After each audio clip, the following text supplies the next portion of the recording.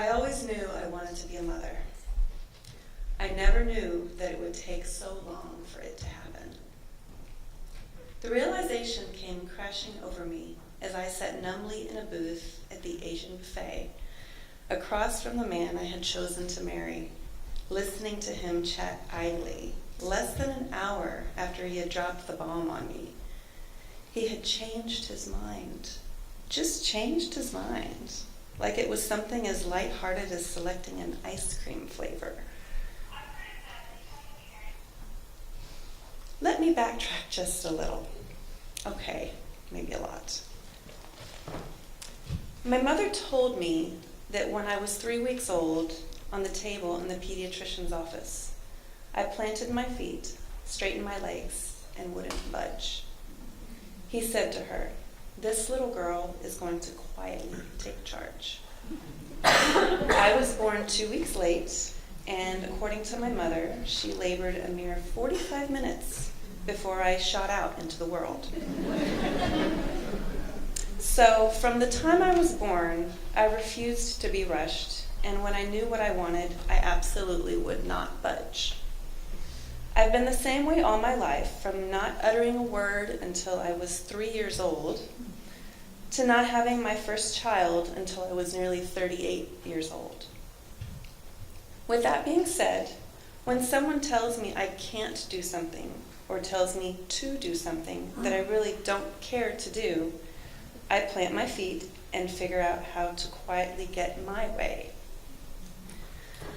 So when the man I thought would do anything for me, who I had done everything for in every possible way, financially supporting us both for 4 years, yanked the rug out from under me because he wasn't happy with how things had turned out and wanted to focus on himself, go to school, start a career, and kids just wouldn't work for him, I was beyond devastated.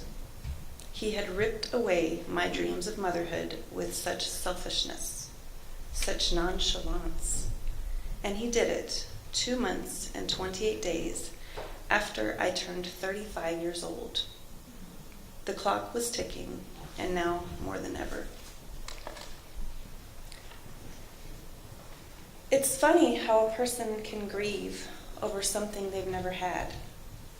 Usually, a person grieves when they've lost someone or something that they've held dear to their hearts. But they don't grieve when that someone or something has never actually existed in their lives. Most people will never understand this particular kind of lonely, circumstantial, childless grief. They'll say well-meaning things like, "Oh, well, you can always adopt," or "When it's meant to happen, it will happen," or "Don't worry, you still have time," as if your grief is inconsequential. And so, you avoid baby showers and kids' birthday parties. You quietly scoot away when conversations center around babies and children. You unfollow your Facebook friends who constantly post pictures of their kids. You feel a sense of loss every time you see a pregnant woman. You congratulate your girlfriends when they give you the good news that they're expecting, and then you cry in the car on your way home. For 3 days I wept. I wept into my mother's arms at the kitchen table as she held me, sobbing uncontrollably with such force that my whole body shook. For 3 days, I stayed away from my own home, sleeping on my sister's couch to avoid the man who had done this to me. I grieved over losing my dreams of motherhood. And then, emotionally exhausted, I became irrational. Another funny thing, when a woman desperately wants to become a mother, and her clock is ticking louder and louder, she will think of nothing else. I could accidentally get pregnant. Yes, that would be a wonderful idea. I Googled all the different ways. Poke holes in the condom, the turkey baster method, etc., etc. I came to my senses, of course. What about artificial insemination? Maybe not. It seemed so artificial. No, I didn't want to go it alone. I wanted a partner. I did more Googling. I could freeze my eggs. Yes, like baby making insurance for $18,000 on a teacher's salary. I was desperate. After the shock wore off, I decided to plant my feet as I have always done and quietly take charge.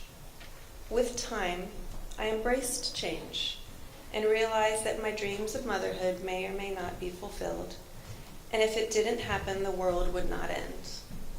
Ironically, 9 months after being told that parenthood just wasn't part of his plan, I filed for divorce.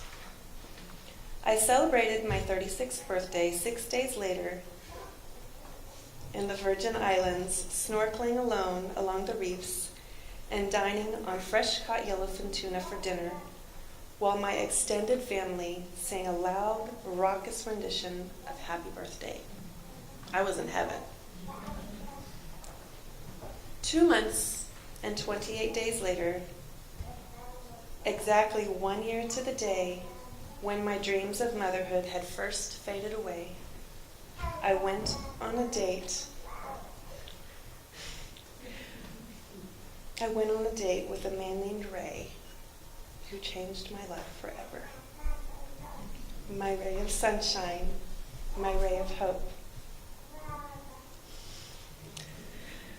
1 year and 3 weeks after our first date, a little pink line showed up. Is that my cutla? My doctor was amazed. Well, I'll be.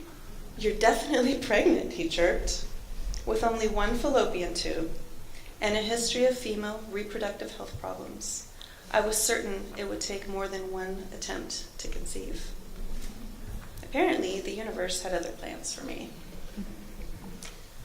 On July 24th, 2015, at 37 weeks pregnant, my daughter, my little Katla Gloria, gloriously planted her feet into my world, just 5 weeks before I turned 38 years old.